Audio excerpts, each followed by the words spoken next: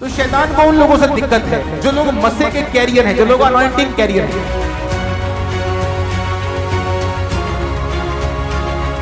वो मौत का खत्म होना हो, वो मौत चाहे आपके बिजनेस में है, चाहे आपकी फैमिली में है, चाहे आपकी मैरिज में है, चाहे आपके फाइनेंस में है। आप देखेंगे उनके पीछे एक कारण जो कॉमन था, वो था परमेश्वर का अभिषेक। दूसरा राजा 4 बाब पढ़ते हैं तो यहां पर एक औरत अलीशा की दुहाई देती और बोलती है, तेरा दास मेरा पति मर गया और तू जानता था कि वो यहोवा का भय मानता था, परंतु वह कर्जदार था और समय आया है कि मैं अपने दोनों पुत्रों को अपने दास बनाने के लिए ले जाने के लिए, कि मेरे दोनों पुत्र जो होंगे वो नौकर बन जाएंगे, क्योंकि कर्जदार आया है अपना कर्जा लेने के लिए। अलीशा ने कहा, तेरे पास क्या है, मैं क्या करूं तेरे लिए? उसने कहा, तेरी दासी के घर में एक हांडी तेल को छोड़कर कुछ नहीं है। आप जब भी पढ़ेंगे अलीशा की लाइफ में मसा कैसे आया, क्योंकि वो संगति में रहता था। किसकी संगति में रहता था? एलिया जो अलीशा का स्पिरिचुअल फादर था, वो परमेश्वर की उपस्थिति में रहता था, अपना समय परमेश्वर के साथ बिताता था। परमेश्वर ने कहा, जा आप नाले में छुप जा, वहां का पानी पिया कर।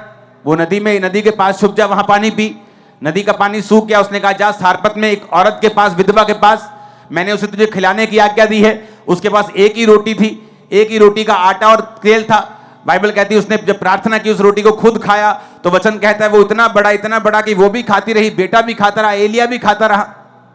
और उसके बाद परमेश्वर ने उस अकाल को खत्म किया 3 साढ़े 3 साल बाद। इससे मालूम क्या होता है कि एलिया प्रभु की उपस्थिति में था और उसके ऊपर परमेश्वर का अभिषेक था। परमेश्वर ने कहा, जो तेरे ऊपर अभिषेक है वो तू अलीशा को ट्रांसफर कर, वो तू अलीशा को दे। वचन क्या कहता है? इसकी 3 बाब की 11 आयत को पढ़ते हैं। यहोशापात ने कहा, क्या कोई यहां यहोवा का नबी है? क्या नबी नहीं जिससे हम पूछे, जिसके द्वारा हम यहोवा से बात कर सके, जिसके द्वारा हम यहोवा की इच्छा को जान सके? इजराइल के राजा के किसी सिपाही ने उत्तर देकर कहा, हां, शपात का पुत्र अलीशा जो एलिया के हाथों को धुलाया करता था, वो यही है। अब एक चीज जिसने फर्क डाला, क्या फर्क? बहुत से क्रिश्चियन थे, लेकिन वो औरत जो अलीशा के पास आई ये कह के कि मेरे दोनों बच्चों को वो ले जाएंगे, कोई कर्ज ऊपर है हमारे। उसने कहा, तेरे पास क्या है? तेल है, जा अपने पड़ोसियों से बर्तन मांग लिया। जब सब बर्तन इकट्ठे हो जाएं, थोड़े से तेल को उंडेलना, सब बर्तन भर जाएंगे, उसे तेल को बेच देना और उसके बाद कर्जा उतार देना, जो बच जाएगा उससे अपना गुजारा करना।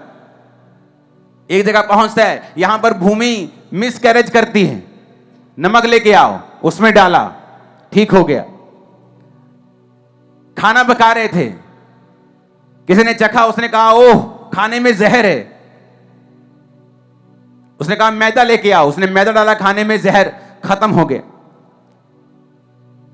कुल्हाड़ी से पेड़ काट रहे थे, मांगी हुई कुल्हाड़ी थी, उसकी बेंट, उसका लोहे का हिस्सा गिर के नदी के अंदर चला गया। उसने कहा, कहां गया? जब वो एलिशा को कहा, उसने कहा वहां। उसने, बाइबल कहती है, वहां पे छड़ी डाली, लकड़ी डाली और लोहे का हिस्सा तैरकर ऊपर आ गया। मिरेकल्स हुए।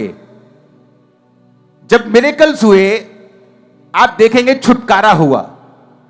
छुटकारा हुआ क्योंकि मसा अलीशा के ऊपर था।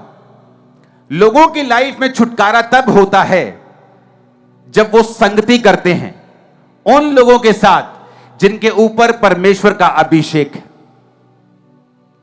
बहुत सी औरतें थी, बाइबल कहती है, पर सारपत की विधवा ही थी जिसका आटा और तेल खत्म नहीं हुए थे।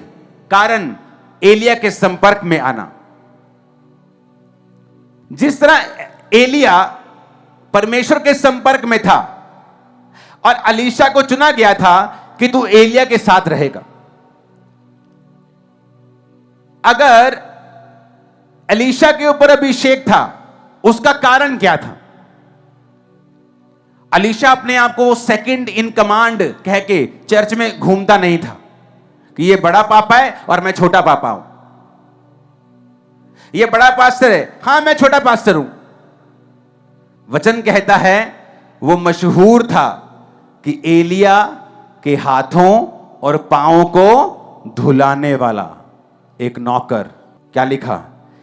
कहता हां, शपात का पुत्र एलीशा जो एलिया के हाथों को धुलाया करता था। हाथों को धुलाया। आज कोई दो बोल ले तो अपने आप को छोटा पापा समझता है। कितने मेरी बात को समझ रहे हैं? लेकिन वो इन चीजों से दूर था। अब क्यों वो सारपत की विधवा मौत से बचती है? उस अभिषेक के कारण जो एलिया के सिर के ऊपर था। क्यों वो विधवा जो कर्जे से बचती है, अपने दोनों बेटों को बेचने से बचा लेती है? उस अभिषेक के कारण जो एलीशा के ऊपर था। क्यों वो भूमि जो गर्भ गिराने वाली थी उसका पानी ठीक हो जाता है? उस अभिषेक के कारण जो एलीशा के सिर के ऊपर एलिया के जी उठने के बाद उतरा था। आप इस बात को समझ लें कि अगर आपकी संगति जहां आप जाते हैं, अगर परमेश्वर का जेन्युइन, फेक वाला नहीं, वो ड्रामे नहीं जो लोग करते हैं आजकल फेसबुक की प्रोफेसी, वो नहीं, अगर जेन्युइन अभिषेक के नीचे आप हैं, मैं आपको बता रहा हूं, आप छूट जाएंगे हर एक बंधन से।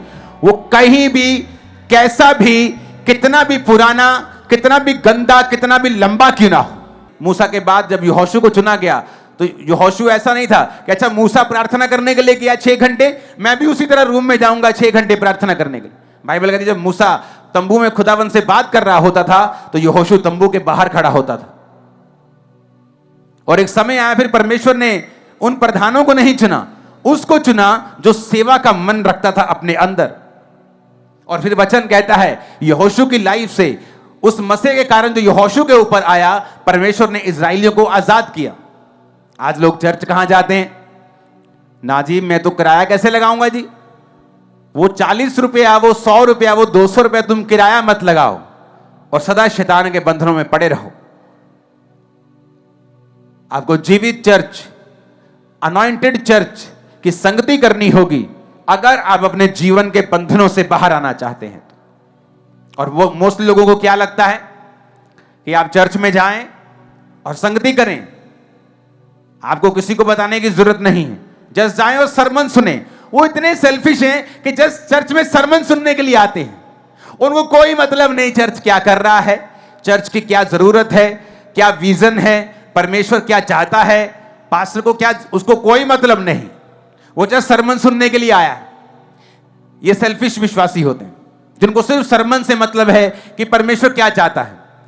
जब आप एक अनॉइंटिंग के साथ सर्विंग मेंटालिटी में, सेवा की मेंटालिटी में, सेवा की मानसिकता में जुड़ जाते हैं तो वचन कहता है वो मसा आपके सिर के ऊपर भी आता है और आपको आपकी लाइफ के बंधनों से भी, जो शैतान के हैं, इंसान के हैं, मुक्त करता है पूरी रीति के साथ।